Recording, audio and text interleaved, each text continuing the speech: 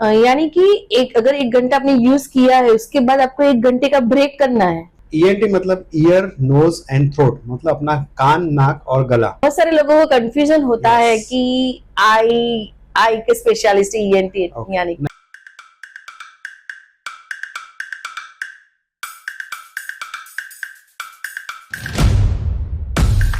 Hello doctor Jitendra. Hello. Welcome to cooking and wellness का punch. Thank you madam. Doctor Jitendra, सबसे पहले तो ये क्वेश्चन पूछना है कि आप ईएनटी सर्जन हो, राइट? तो ईएनटी यानी उसमें क्या क्या इन्वॉल्व होता है?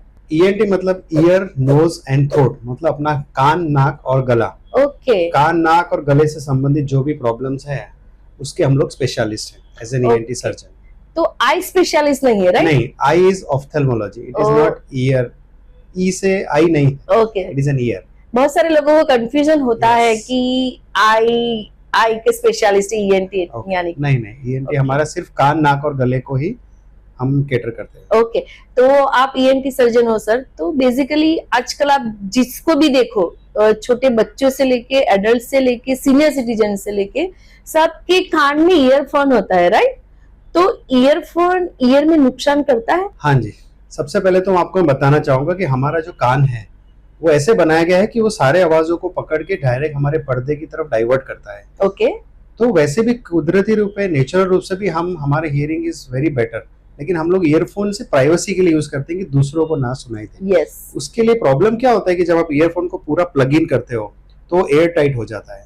तो हमारा जो सुनने का कैनाल है, ईयर कैनाल बोलते हैं, उसमें 100% प्रेशर आता है आपके कान के सुनने के पर्दे पे। ओके। तो लॉन्ग टर्म में आपको सुनने का नुकसान, आपकी नसों को नुकसान हो सकता है। इसलिए एज ए ईएनटी सर्जन हम सलाह देते हैं कि आपको ज्यादा देर तक ईयर प्लग नहीं यूज करना है। अगर बाय प्रोफेशन आपको लग रहा है कि हमें यूज करना ही पड़ेगा, आपका काम ऐसा है, तो आप ईयरफोन की जगह पे जो ऊपर पहना जाता है बड़े ईयरफोन्स पहनिए, नॉट ईयर प्लग्स। जो छोटे जो आते हैं आपके कान में डालते हैं, उसकी जगह पे जो पूरे कान को कवर करते हैं, that is far better. Okay. क्योंकि उसमें थोड़ा बहुत एयर को एस्केप होने का जगह होता है। अगर प्रेशर बढ़ेगा तो प्रेशर कहीं से रिलीज हो जाएगा। ओके।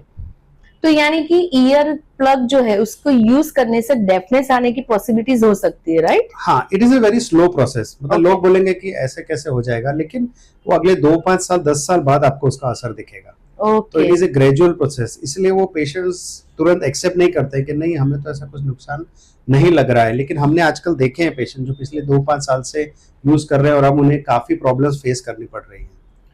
तो आइडियली सर ईयरफोन या ईयर प्लग को अगर यूज करना जरूरी है, आजकल तो यही ट्रेंड है ऑनलाइन और ये सब, तो उसको ज्यादा से ज्यादा कितने टाइम तक यूज कर सकते हैं, कितने घंटे तक ईयर में?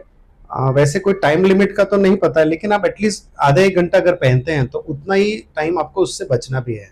ओके। नहीं यूज करना। अगर 1 घंटा आपने पहना है तो आप ब्रेक लीजिए कि एटलीस्ट 1 महीना आप ना पहने। 1 घंटा आप उसको थोड़ा ब्रेक लीजिए, मत पहनिए, तो उतने टाइम में उसको रिपेयरिंग का टाइम मिल जाएगा। ओके।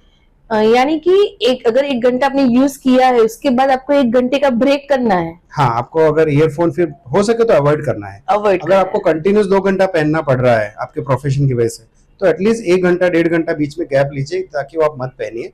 तो उसको थोड़ा सा रेस्ट मिल जाए। ओके, ताकि आपके ईयर को नुकसान कम हो। हाँ। Okay, thank you very much sir, आपने बहुत ही बढ़िया इंफॉर्मेशन दी। Thank you.